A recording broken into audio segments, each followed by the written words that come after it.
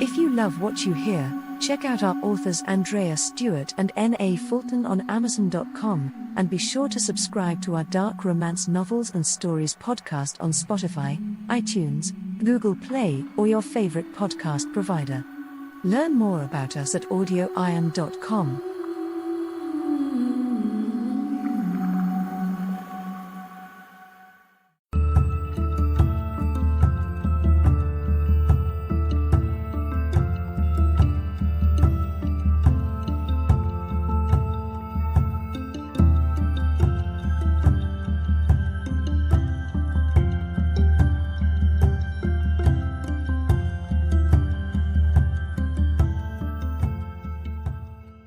Acheron, the Demon King, by Morgan Huxley.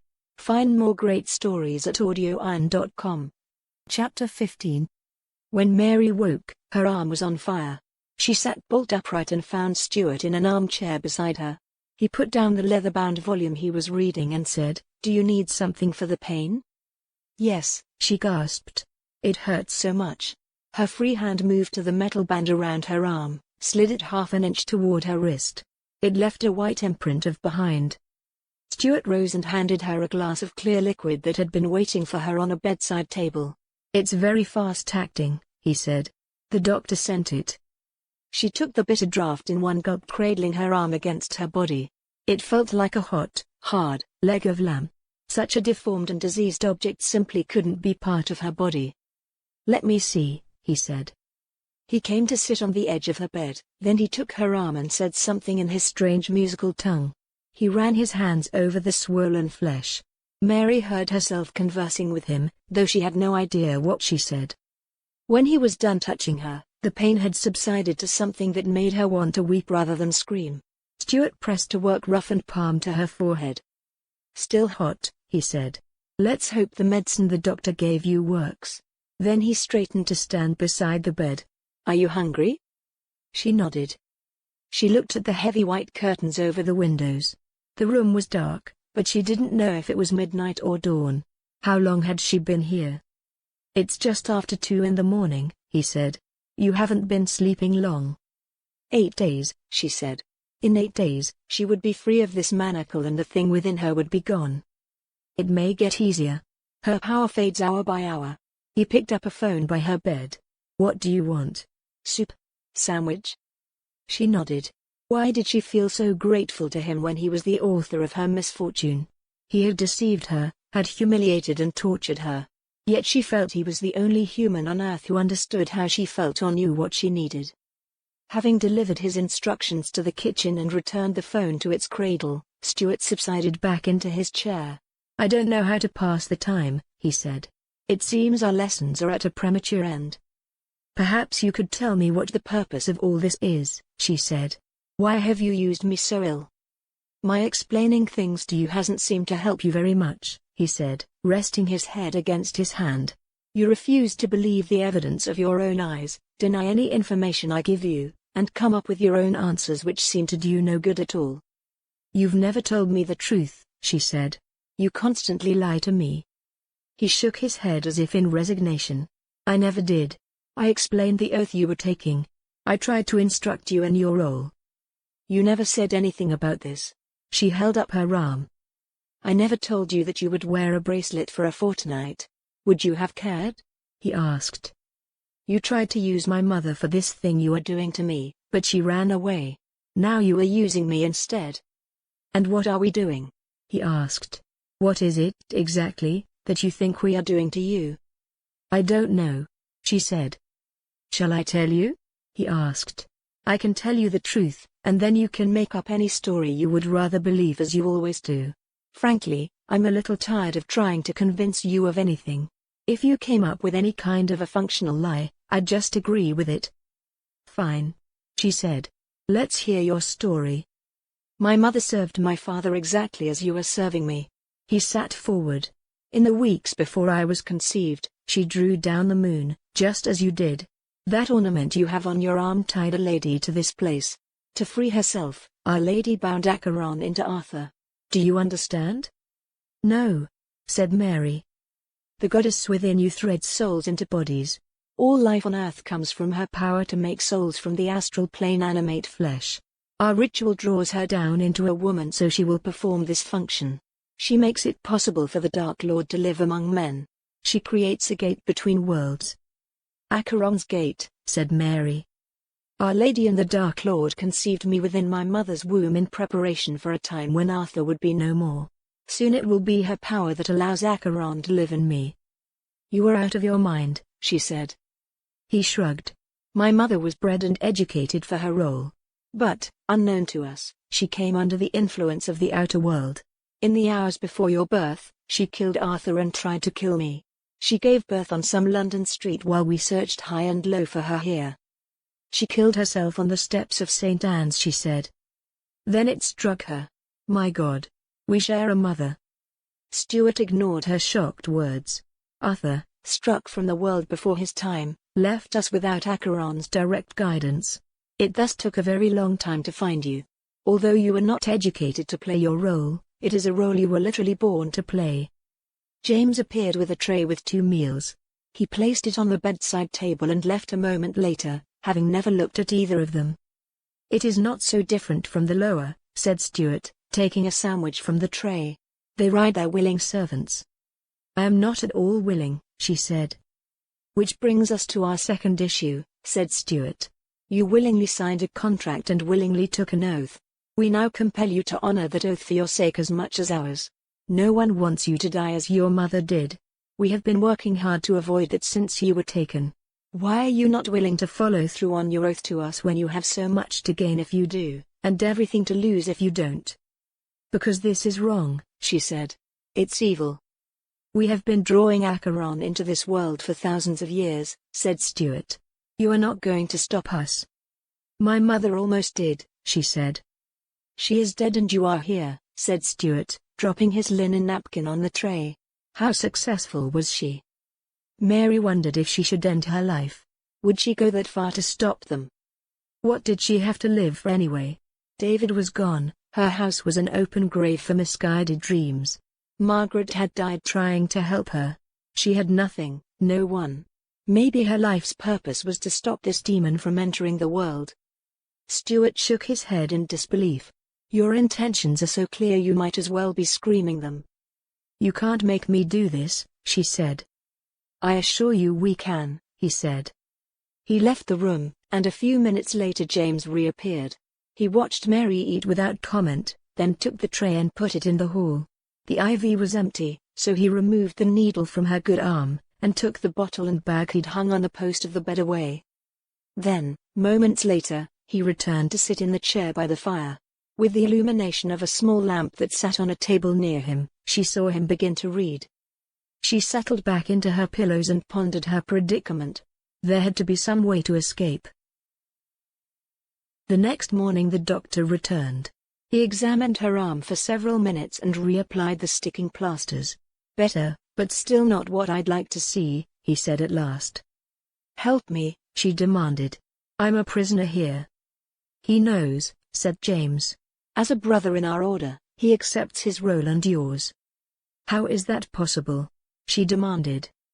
Because it is, said James. Will that be all, Doctor? For the time being, he said. James walked him to the door, then came back to stand beside the bed. Is there something I can get you? He asked Mary. How can you do this to me? She demanded. This goes against everything a psychiatrist should believe in. James turned to pick up the phone, waited a moment, then said something into it. A moment later Stuart, hair still damp from a shower, appeared. He was informally dressed in a sweater, shirt and jeans. With a nod he sent James away. I'm relatively indestructible, he said. Your power, or rather Our Lady's power, is waning very quickly now, but I can't let James join Ahmed in the hospital. He's making a speedy recovery, by the way. I don't care, she said. Do you feel well enough to get out of bed? He asked. You could walk around the house with me, search for ways to escape, and look for others to help you. She struggled upright, remembered she was naked, and settled back again. Ah, he said. I could thwart any plan simply by keeping you without clothes. Those nuns schooled you well. Have you no shame? She demanded. You are my brother. Not technically true, but you may believe what you wish. With the pronouncement he walked over to a large wardrobe and returned with a shirt, sweater, jeans, socks and underwear all in her size. Get dressed. He turned his back as she slid out of bed and quickly pulled on her clothes. Everything was new, expensive, and soft. When she was dressed she smelled of lavender. Stuart turned around to face her as she was trying to tie her shoes one-handed. Here, he said, kneeling. Let me help you.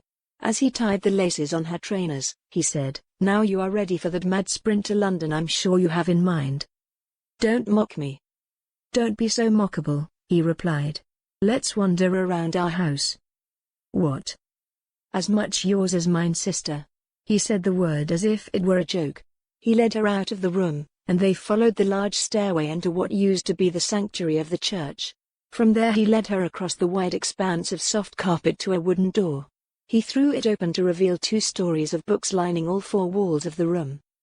If you were the practicing witch you seemed to be when I found you, this library would send a thrill up your spine, he said.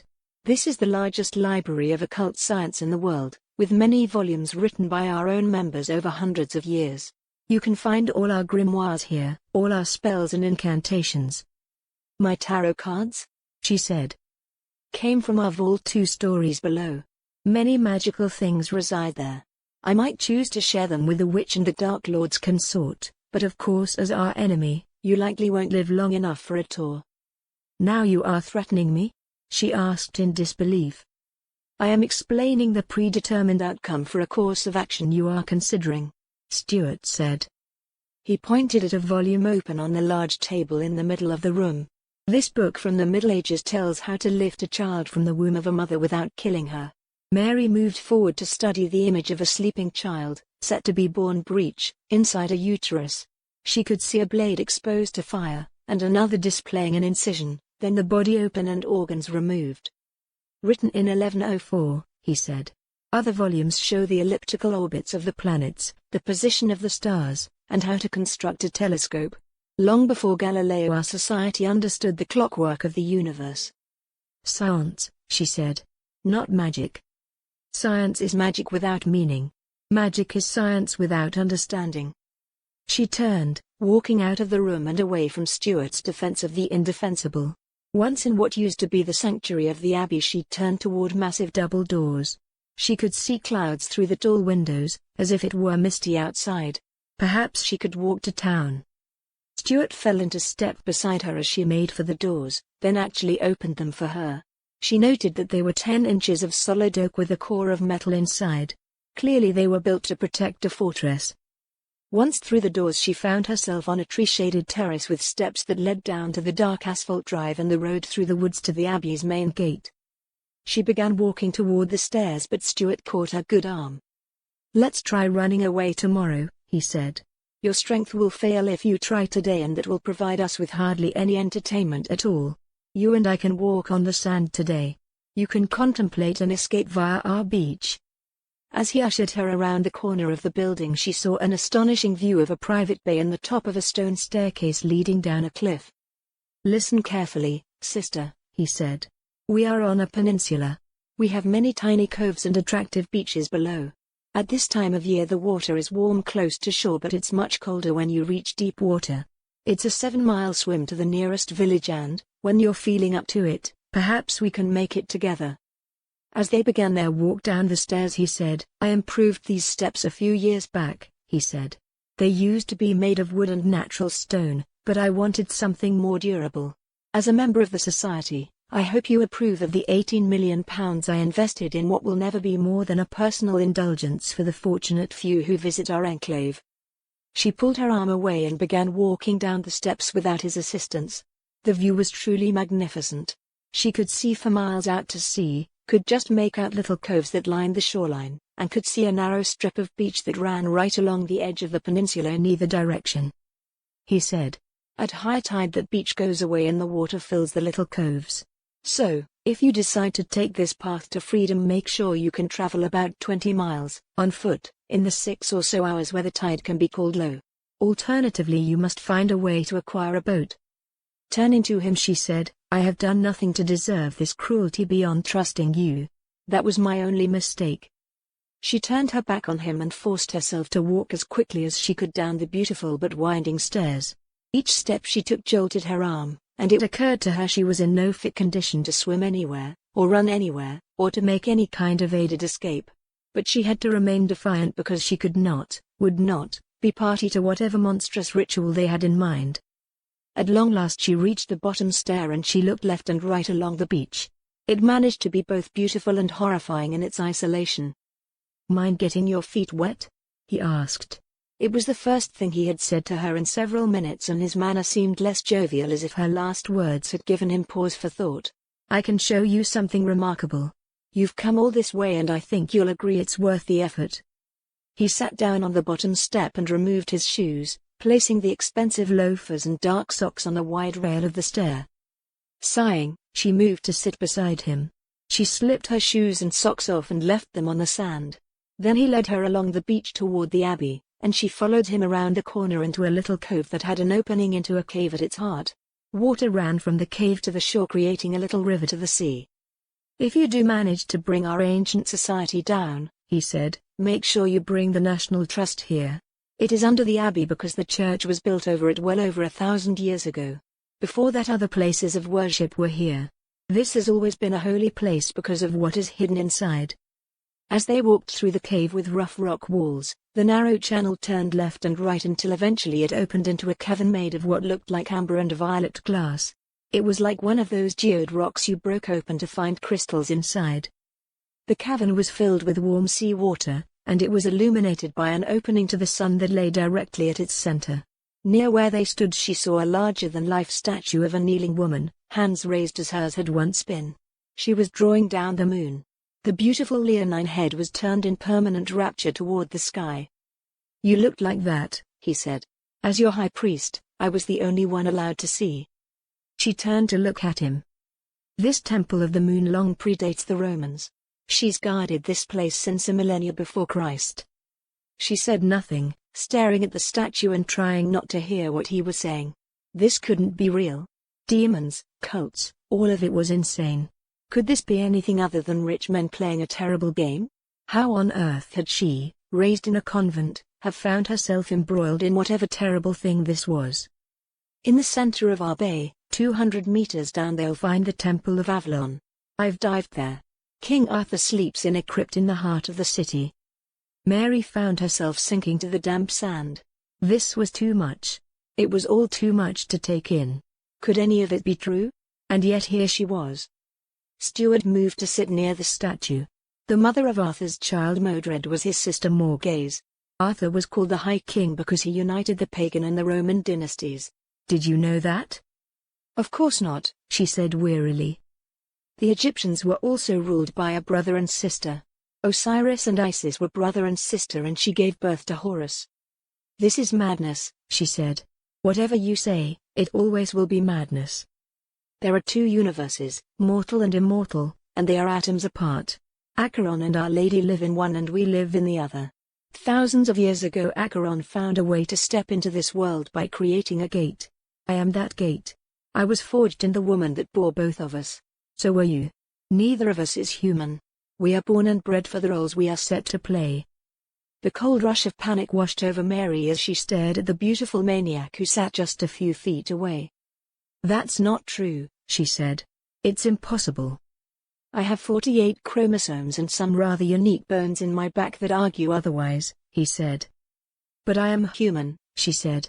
Of course I am. You have the right number of chromosomes, but you have been heavily engineered. By a demon, she said, unable to hide her disbelief and scorn. By a deity 4 years after I was born. Acheron created Arthur's replacement, then he made a replacement for our mother. She bore us both as he ordained. Mary rose to her feet, keeping her eyes lowered so he would not see the revulsion and terror in her eyes. I tell you this so you understand that neither of us has a choice, said Stuart. Your mother tried to run away and he found her. He found you. The society exists to serve him and it has existed for a very long time. It is very powerful. I can't believe any of this, she said. Then she turned back the way they had come and began walking out of the cave. Once she was outside, she picked up her shoes and socks and began the long march up to the top of the steps. She would walk to the top, then walk down the drive, then get through the gate, then go back to town. She would get on a plane and go to David in Japan. She would put all this madness behind her forever. She could live with nothing less. Before she was halfway to the top, she had to stop.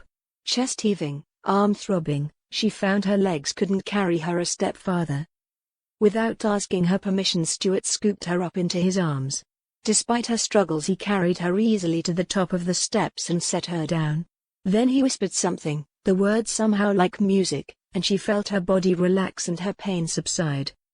It was as if Stuart could command her body without speaking to her mind, and the idea both terrified and enraged her. "What did you say?" she demanded. He looked at her, bemused. "You used to be able to understand what Our Lady and I said to one another. I suppose, as her strength wanes, that capacity is failing. I told her it wouldn't be long now before we let her go home." "I don't believe a word you say," she said grimly. "I am going to walk into town." Stuart said something else in his musical language. It was the last thing Mary heard before the world went away. Chapter 16. "I've given her another round of antibiotics," said the doctor. "It would be better if she didn't go on any more long walks." He had drawn Stuart and James out of Mary's room so their conversation would not wake the sleeping girl. "I can think of 100 things she ought not to do," said Stuart conversationally. "One worries about blood poisoning," said the doctor. "She needs time to heal. She has the ritual to move through and then she must transition into a healthy pregnancy." "Perhaps not," said Stuart. "Such things are not set in stone." He noted that the doctor and James both went white at what he was implying. While Stuart did not commune with the Dark Lord, as Mary said she had done from time to time, there was no greater student than Stuart of Acheron's past desires and behaviors. For almost 20 years Stuart had been called upon to rule in his stead and to prepare for the opening of the gate his mother had slammed shut by murdering his father and killing herself. "Acheron will decide what to do with her when he returns to the world," he said. "In the meantime, we will help her, as best we can, to understand and accept her position. And, as she embodies Our Lady, we will treat her with kindness and respect. Is that understood?" "Yes," said James. "It is," replied the doctor. Stuart let himself back into the bedroom and moved to sit in the chair beside Mary's bed. In centuries past this would have been a time of revels for him as the Anointed. Had things gone differently, Arthur would be alive and through him Acheron would be governing the society. Stuart would be a prince about to become king. Fornication, adventure, anything and everything would have been offered to him on a silver plate. Gifts in reward for his sacrifice and in the hope that he would remember the giver when Acheron resided within him. But here he sat with Mary, standing guard over her and her celestial guest because they were Acheron's way into the world. His duty was to protect Acheron and the society from their greatest risk, a willful, young woman who refused to believe in magic. Hours after her walk on the beach, Mary awoke to find herself back in bed with N4 draining into her arm. Stuart sat in an armchair at her side, reading a book. "Please, let me go," she said. "Why can't you do that?" He closed his book, stood up, and moved to sit beside her in the big bed. "I wish I could," he said. "I do understand the desire to make your own decisions and chart your own course in this world. It's what you were taught to expect. It is medieval to have your life laid out for you and all the important decisions made long before you were born." Stuart sounded sincere in his somber words. She had considered him her jailer, but perhaps he was a fellow prisoner. "Do you want to escape too?" she asked. "Why can't we both run away?" At 15, Catherine, the young princess of Aragon, born a daughter to a monarch who was queen in her own right, was betrothed to Arthur. He was eldest son of the first Tudor king of England. Catherine came from Spain with a tiny retinue. She married a sickly boy, and he subsequently died. Henry VII refused to send Catherine home because he had to keep her dowry and the Spanish alliance to protect his kingdom. Years later, when he died, Catherine married Arthur's younger brother, Henry VIII, said Stuart. Choice did not enter into many of their decisions. "We are not Tudor royalty," she protested. As if he had not understood her, Stuart went on. Catherine had a daughter and suffered many miscarriages in search of a male heir, as Henry slept through many of her ladies-in-waiting. He eventually decided he wanted to marry the one noblewoman who refused to fornicate with him before marriage. Catherine spent the rest of her life a true prisoner. She died praying the madman she had married wouldn't murder his own daughter. "We don't live in those times anymore," she said. "Most people don't," he said. "But you, I, and the society do. You and I can't run away. Acheron, this creature you think owns us, he's gone now. They can't bring him back without you and me. Do you want to subject yet another generation to this obscenity?" Stuart eyed her for a long moment and said, "Yes, I do. And for what it is worth, what you are asking is impossible." Exasperated, Mary turned away from him. This place was a prison.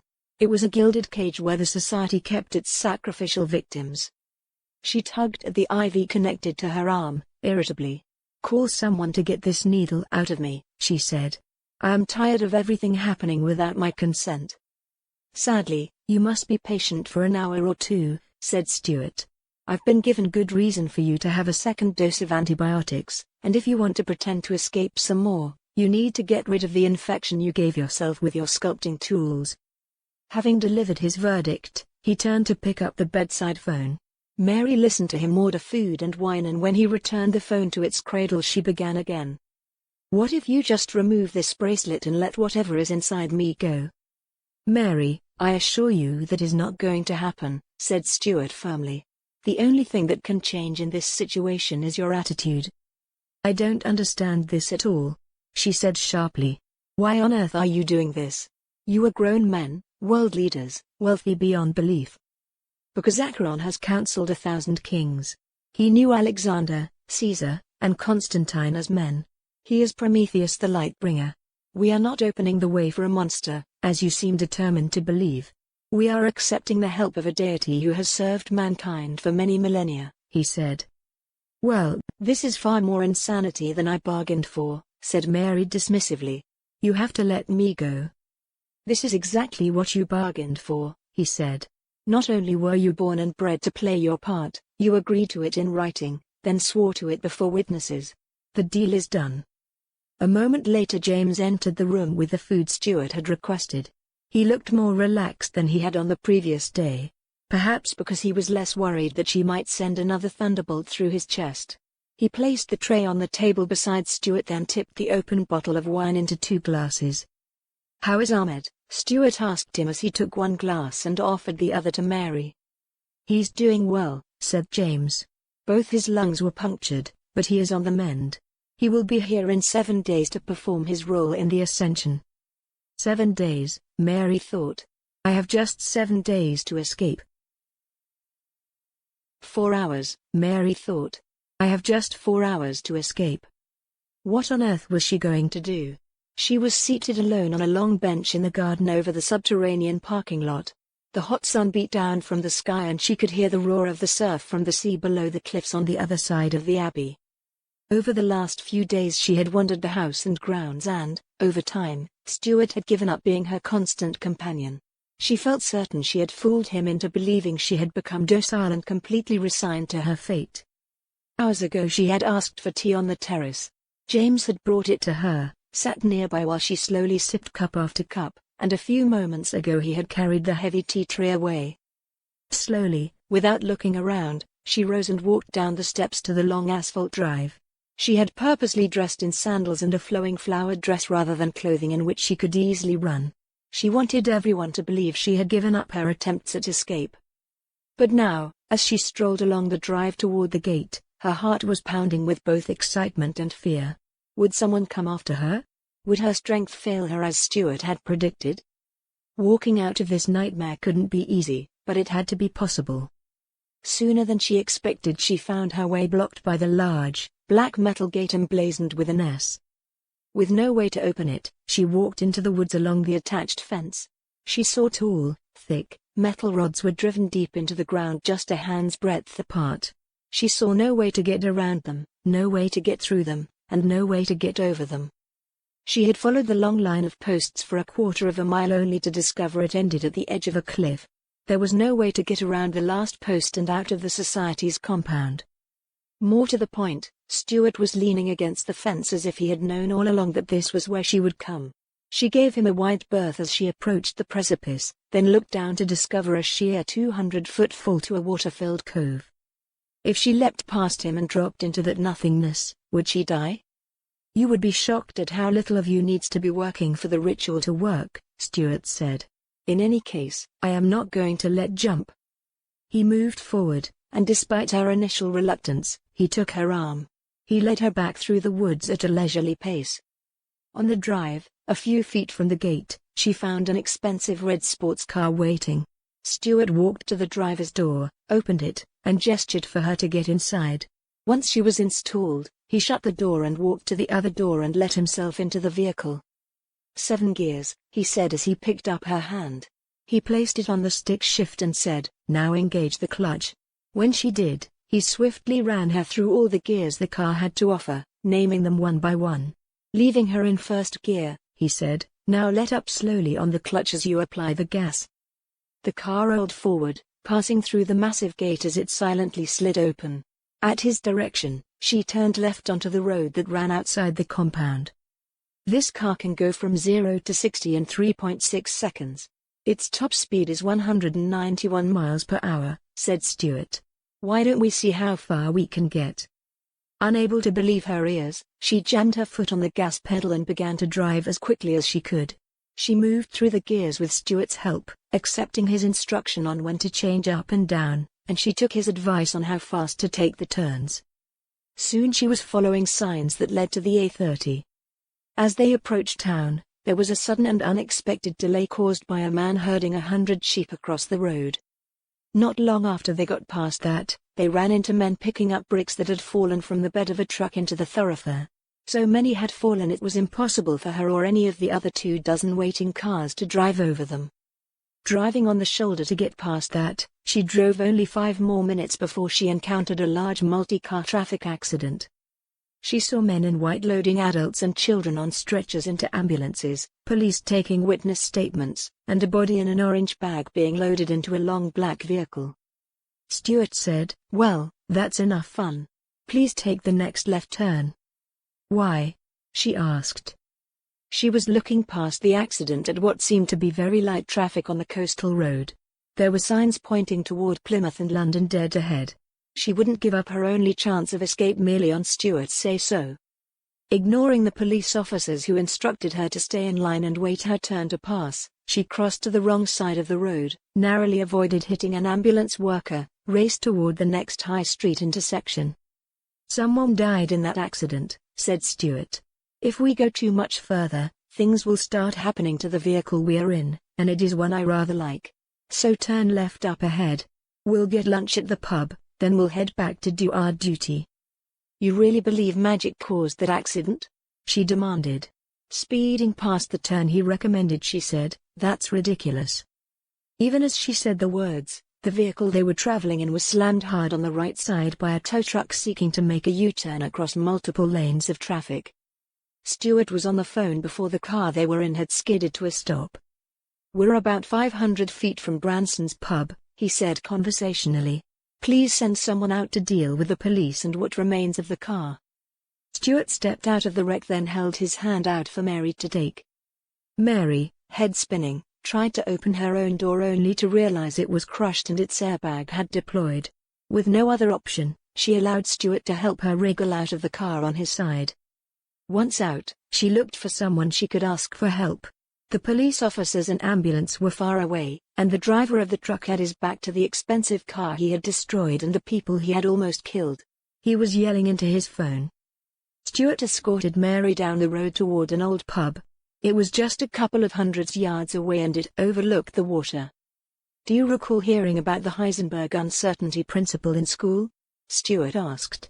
"I am told those nuns gave you a first-rate education." Still dazed by the speed, power, and timing of the impact, Mary said, "It's something about atoms. Something about electrons. It's impossible to predict where in an electron's orbit it will be found. There's a reason for that. Electrons don't have to stay in this universe. They pass between dimensions. Have you heard about quantum entanglement?" "What kind of entanglement?" asked Mary. It is possible to entangle two particles such that a change in one will immediately change the other no matter how far apart they are. Whether it's miles, or light years, or in another dimension, said Stuart. Something that happens very far away can have an effect here. He seemed completely at ease despite the fact both of them might have died just moments ago.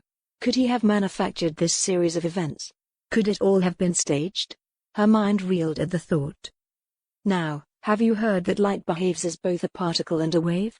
When observed, light passing through a slot behaves like a particle.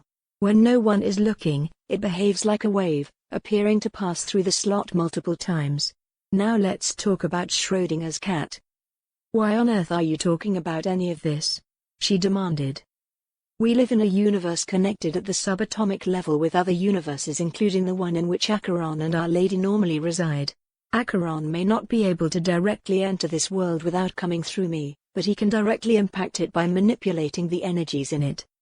By this point they had come to the door to the pub. Stuart opened it and together they stepped inside its warmth and silence. Kate saw that the decor was predictably ship-like, with portals, shells, and starfish competing with brass and wood bar and the nautical blue carpet. Without waiting to be seated, Stuart led her to a table near the window that overlooked the late afternoon sea. They were the only two people in the place. "Welcome, sir," said the rotund barkeep. "It's been many a year since we had a Trelevan here. How are thee and thine on this fine day?" "Very well," said Stuart affably. "We'll just have water to drink and whatever you recommend that we eat. We are in a bit of a rush." "We've quite a ploughman's lunch," offered the man. "That would be ideal," said Stuart. He reached into his pocket for his wallet and the man waved him off. "Now we'll have none of that. You know your money is no good here." "Thank you, Tom. Please give my best to your father and brother. It's been too long since I've seen them," said Stuart. "Every Friday like clockwork," the man replied with a smile. "You can find them here with the darts and the drink." "They know you here," she said when the man moved away. "Of course," he said. "Our families have been neighbors for a very long time." "So you claim," she said without much conviction. "You're a strange creature," he said. "I don't even know who you are lying to at this point." Tom returned to place water, bread, cheese, sausage and Scotch eggs on the table. "Please call the police," she said to the man hopefully. The barkeep looked at Stuart who said wryly, "Please don't." The man nodded at Stuart, and without looking at Mary again he moved away. "You aren't in any position to judge anyone," she said. "You have done nothing but lie to me since the first day we met." "If you say so," he said. Stuart then took an active interest in eating, apparently happy to leave her to think whatever she wished. Belatedly she decided she should consume some kind of nourishment since she had no idea what lay ahead. Stuart finished then watched her eat patiently. When she was through, he slid both plates aside. He rested his folded arms on the table and looked into her eyes. "I have given some thought to trying to prepare you for the evening's activities. I was going to tell you what to expect. Now, however, I see you will just have to make your own way through the experience. And frankly I have no idea what will happen to you once it's over." She kept her face immobile, determined not to give him the satisfaction of knowing he was frightening her. "Once the Dark Lord is incarnate, I'll have no influence over his acts, no more control over him than you have over Our Lady.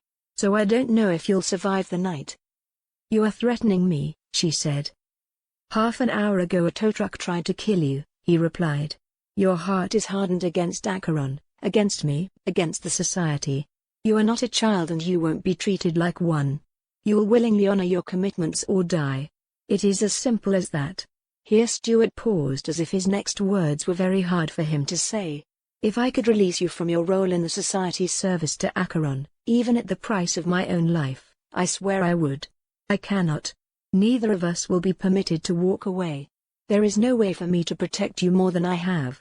Whether you live or die is entirely in your own hands. I hope you see that before it is too late." By the time he had finished speaking, Mary was looking past him. James and a somewhat pale Ahmed had entered and were waiting at the end of the bar. Driven back to the Abbey in a black Rolls-Royce, she sat silent beside Stuart. She wondered if his words could possibly be true. Was he too a prisoner here? allowed to command but not to escape? She couldn't believe that was true. Once in the underground parking lot, James and Ahmed let them both out of the car. Stuart followed her up the short flight of stairs into the house, then led her up the long flight of stairs to her bedroom. He sat her in the armchair near the fire, poured her a glass of water, and said, "Stay here until they come for you. Do whatever you are told." "Where are you going?" she asked. "You will see me again very soon," he said. "If you simply do what you are told, we will both be alive tomorrow. No one here wants to see you hurt." He said something else then, the words slipping past her like living things. Pure joy rushed through her. "What did you say?" she asked. "I told Our Lady I will miss her greatly when she leaves us, but soon she will be free." Ahmed and James were already dressed in their robes, and their hair was wet, when they came for her. They were somber as if they were on their way to a funeral or an execution. "Shall we drug you?" Ahmed asked in something like a courteous way. "Or will you simply condescend to do what we say?" Remembering Stuart's words, Mary rose and allowed them to lead her to the bathing room. She could smell the steaming aromatic water as she entered. "Undress," said Ahmed. Her shaking hands moved to unfasten her clothes almost of their own accord. She wanted this whole experience to be over. Whatever it took to make that happen she would do. Maybe she should accept their offer to sedate her. Would that make it all easier? But she couldn't bear the thought of not knowing what had happened to her when it was all over. When she was naked, standing like a statue before them, neither man looked at her. "Please step into the water," said James. Once again, she complied, submerging herself completely. When she held out her hand for a towel, one was thrust into her hands. Without waiting for instruction, she walked out of the bath and let them quickly towel her dry. A moment later, to her surprise, Ahmed knelt at her feet. He poured thick oil from a brown bottle into his hands, then applied it to her legs.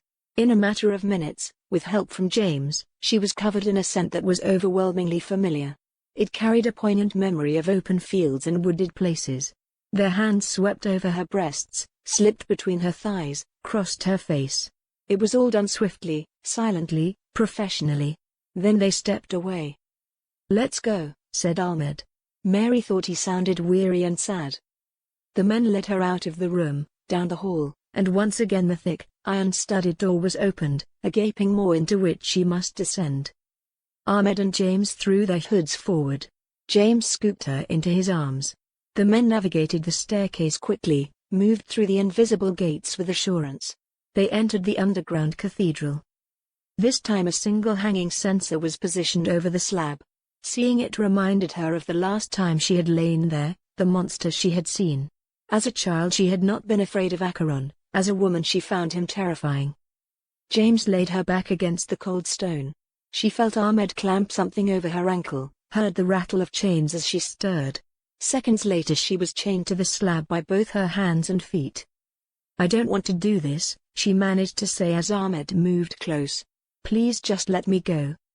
"Hush," he answered softly. She could make out his face under the hood and their eyes met. James took up the arm that still wore the gold bracelet. He opened her hand to expose the palm. Ahmed blocked her view of the hand and a moment later steel bit deep into her flesh. She gasped. For what seemed like forever they held her hand still as she tried to pull it away. Eventually Ahmed slid something soft and round into her hand, and closed her fingers over it to make a fist. As they moved away she saw they carried a golden goblet filled to the brim with her blood. The softness in her hand was a thick roll of white gauze. The echo of a large bell filled the chamber. Mary watched robed figures enter the sanctuary carrying torches. Between the 2 rows of 5 men she saw Stuart. He was naked, firelight flickering across his broad chest, painting his muscular thighs and long legs with light and shadow. The men formed a circle before the altar, planting their tall torches in silver-rimmed holes in the floor. Ahmed, James and Stuart stood on the steps with their backs to her. Ahmed gave Stuart the goblet. He drank from it then handed it to James who followed suit. The goblet passed around the circle, from man to man. Ahmed took the last draught, then turned to place the goblet on the step beneath the altar. Stuart stepped to the middle of the circle. James and Ahmed reached under the altar and when she saw what they held in her hands she gasped. They stepped down off the altar and, acting in unison, plunged the twin blades deep into his back, dragged them down through muscle and skin to his buttocks. Back to her, Stuart struggled to stand as his blood ran in rivers down his back and legs to pool on the floor under his feet. He dropped to his knees and turned his head so he could see her. She could almost hear him saying, "We all have our more unpleasant duties to perform." The blood sliding down his back began to blacken. The wounds in his back began to stretch horrifically. As she watched, bones unfurled like insect legs from inside him. Skin stretched from his back along the bony spines, swiftly forming dark leathery wings. The creature, no longer Stuart, rose and turned. She was staring into a beautiful, terrifying face she had made with her own hands not so long ago. Acheron was a childhood dream turned into a living nightmare. In a single bound the demon was on the altar over her, wings stretched wide to shroud them. She turned her head, trying to arc her body away from him. She felt his teeth sink into her exposed throat. In that instant her body caught fire and she saw all Our Lady saw. Acheron had been drawn into the body the goddess had made 30 years ago. She obligingly made the two into one. Her brother could now walk between worlds as he and his mortal minions desired. His purpose served, Acheron jerked the trap that tied his sister to this world from Mary's arm. It fell to the marble floor and shattered like glass. The goddess, free at last, surged up and away, leaping with joy through solid rock into a starry sky. Acheron followed his sister's motion as far as he could, rising with a single wing beat into the flickering light that filled the sanctuary.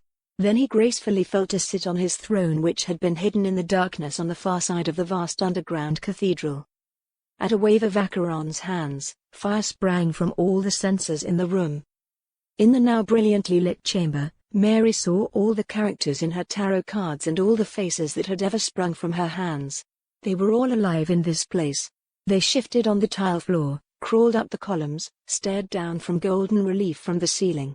Where the Acheron sat, stone cherubs cavorted above him and gargoyles writhed below. This temple resonated with the immortals alive in another plane. Feeling the blood that coated her body, that still ebbed from the wounds on her neck, Mary wondered if she was hallucinating. Could this be real?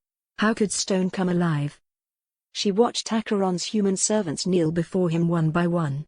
He inclined his head to listen to them, then he would speak, then they would rise and back away. At last Mary and the deity were alone. Acheron left his throne and strode to her. He examined her, seeking defects, then he moved forward to touch a point between her breasts. Her heart stopped. An instant became an eternity as her body cried out for oxygen.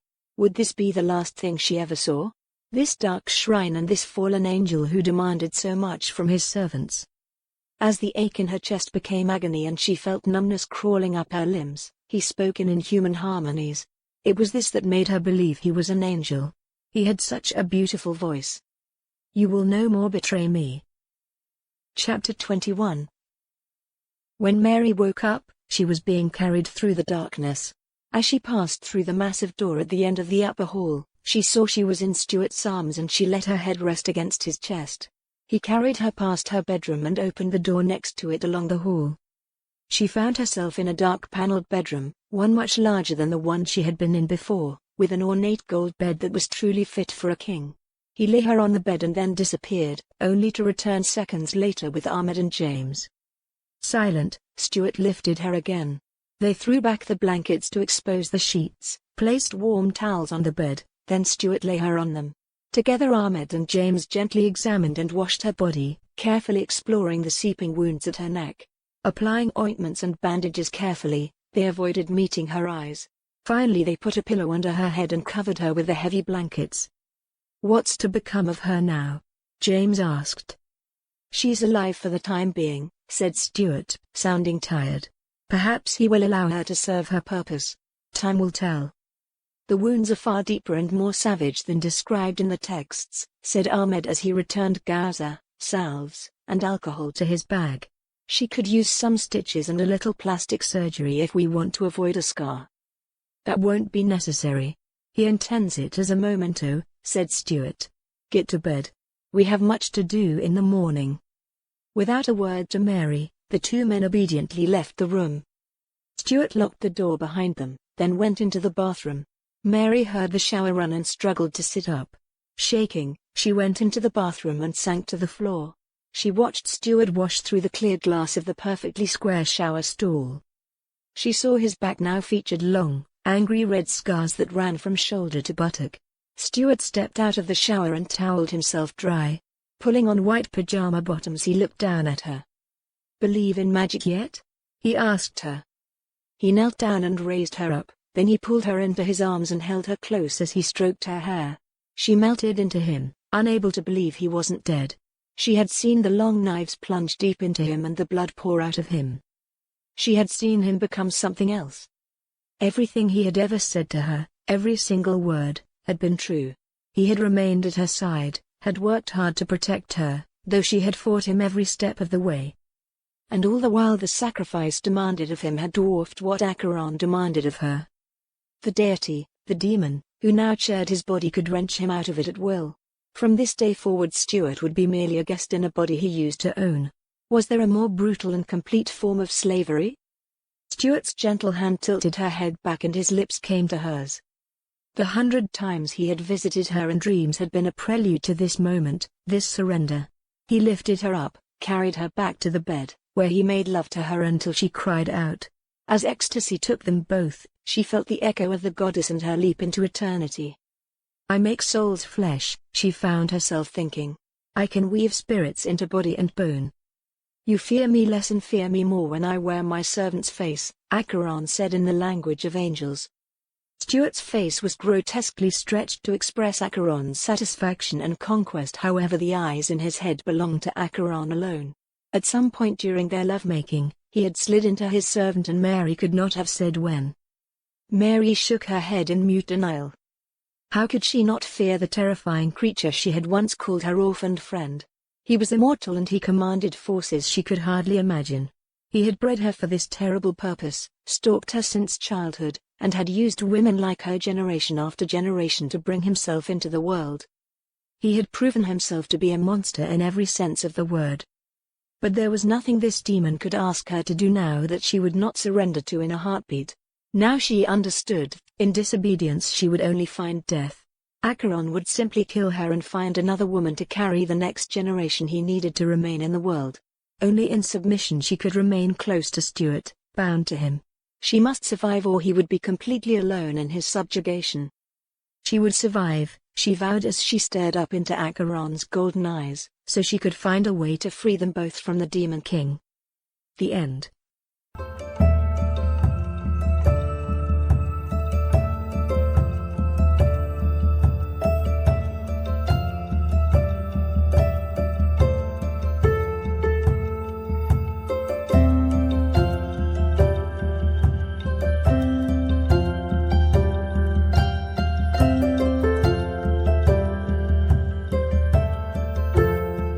Voice recording and story copyright 2020 by Nancy Fulton. All rights reserved. Music created by D. Kurtzman and licensed from Pond5. Find more great stories at AudioIron.com.